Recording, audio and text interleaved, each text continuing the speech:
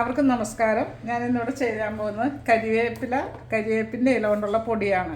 അതിനാവശ്യമായിട്ടുള്ള കരിവേപ്പില ഞാൻ കഴുകി വാരി വൃത്തിയാക്കി വെച്ചിട്ടുണ്ട്. അല്പം പോലും ഈർപ്പം ഉണ്ടാകാൻ പാടില്ല. ആവശ്യത്തിന് കുറച്ച് മല്ലി, കുറച്ച് കടുക്, കുറച്ച് മുളക്, കുറച്ച് ഉലുവ.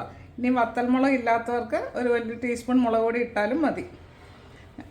ചൂടാക്കിയ ചീനച്ചട്ടിക്കകത്ത് ഇതെല്ലാം നമ്മൾ ചുമന്ന കളറാകുന്നവരെ ചൂടാക്കണം.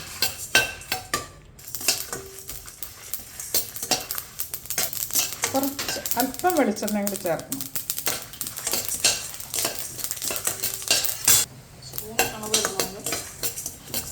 നമ്മൾ അല്പം വെളിച്ചെണ്ണ ചേർത്ത് ചുമന്ന നിറമാണ് വരെ നമ്മൾ ചെറിയ തീയിൽ ഇളക്കിക്കൊണ്ടിരിക്കണം. ഇതിപ്പം എല്ലാം നല്ലോണം ചുമന്ന് കഴിഞ്ഞു. ഇതിനകത്ത് നമ്മൾ ആവശ്യമായിട്ടുള്ള ഉപ്പ് ചേർക്കണം. ഞാൻ ഹിമാലയൻ സോൾട്ടാണ് ചേർക്കുന്നത്. ഉപ്പ് ആവശ്യത്തിന്. ആവശ്യമായ കായപ്പൊടിയും ചേർക്കണം. ഇതെല്ലാം നമ്മൾ കരിവേപ്പിലയുടെ അളവനുസരിച്ച് വേണം ചെയ്യാൻ. നല്ലോണം ചുമന്നതിന് ശേഷം നമ്മളിത് വാരി ചീനച്ചട്ടിയിൽ നമ്മൾ വൃത്തിയാക്കി വെച്ചിട്ടുള്ള കരിവേപ്പില തരുതരാൻ വറക്കണം. ഇതിൽ എണ്ണയൊന്നും ചേർക്കേണ്ട ആവശ്യമില്ല. നമ്മൾ ചെറു തീയിലിട്ട് ചൂടാക്കി നല്ലോണം വറുത്തെടുക്കണം. നമ്മൾ ചൂടാറിയതിന് ശേഷം ഒരു മിക്സിയുടെ ജാറിലിട്ട് ഈ കൂട്ട് നല്ലോണം പൊടിച്ചെടുക്കണം. കരിവേപ്പില നമ്മൾ ഒരുവിധം വറുത്ത് കോരി കഴിഞ്ഞു. നമ്മൾ തരിതരിപ്പായിട്ട് വറുത്ത് കഴിഞ്ഞു. നമ്മളത് മിക്സിയിൽ പൊടിച്ചെടുക്കണം.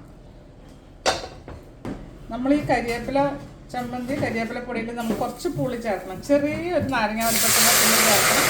ആ പുളി നമ്മൾ പച്ച ചേർക്കാൻ പാടില്ല. പച്ച ചേർത്ത് കഴിഞ്ഞാൽ ഒരു പച്ച സ്വാദ് വരും. അപ്പോൾ ചെറു തീയിൽ നമ്മളതൊന്ന് റോസ്റ്റ് ആക്കണം.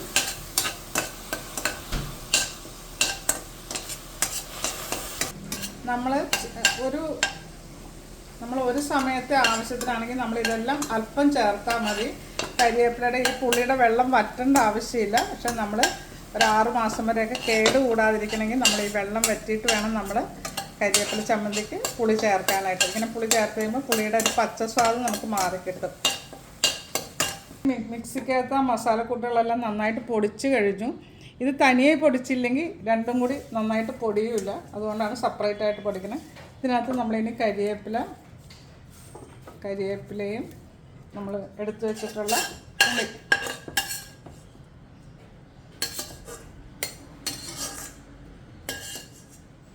പൊടിയും ചേർത്ത് നന്നായിട്ട് പൊടിച്ചെടുക്കണം.